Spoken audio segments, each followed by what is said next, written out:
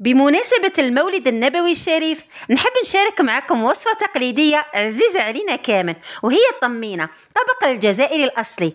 يحضر أهل الدار تعبير عن الفرحة بالقدوم المصطفى صلى الله عليه وسلم، ويرمز البركة واللمة العائلة.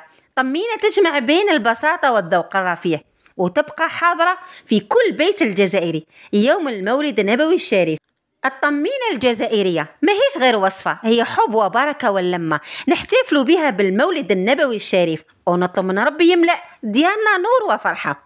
واليوم حبيت نبارطاجي معكم الوصفة تاع الطمينة الأصلية تاع جواهر أم لينا. شوفوا لي داك التزيين الراقي، تزيين كان من عند جواهر أم لينا وبناتها.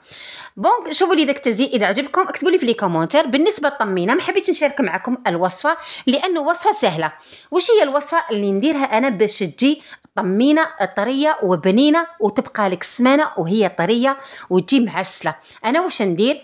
ندوب الماغارين تاعي، ماغارين ولا زبده، راح ندير كاس تاع ماغارين، وراح ندير كاس الا ربع عسل، كاس الا ربع عسل، ونخلط مع بعض وشويه كاكابيشو اللي هي حلوه الترك، ومن بعد نخلطهم بالميكسور برا. هذا السر من اسرار تاع الطمينه تاعك باش تجي بنينه.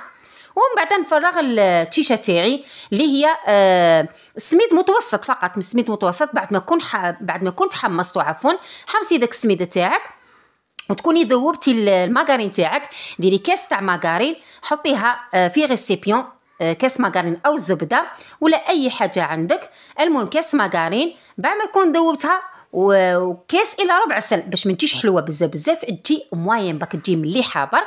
وندير حلوه الترك، ومن بعد نخلطهم بالميكسور برا، ونضيف هذيك السميد المتوسط اللي كنت حمصته، ومن بعد نخلط كلش مع بعض.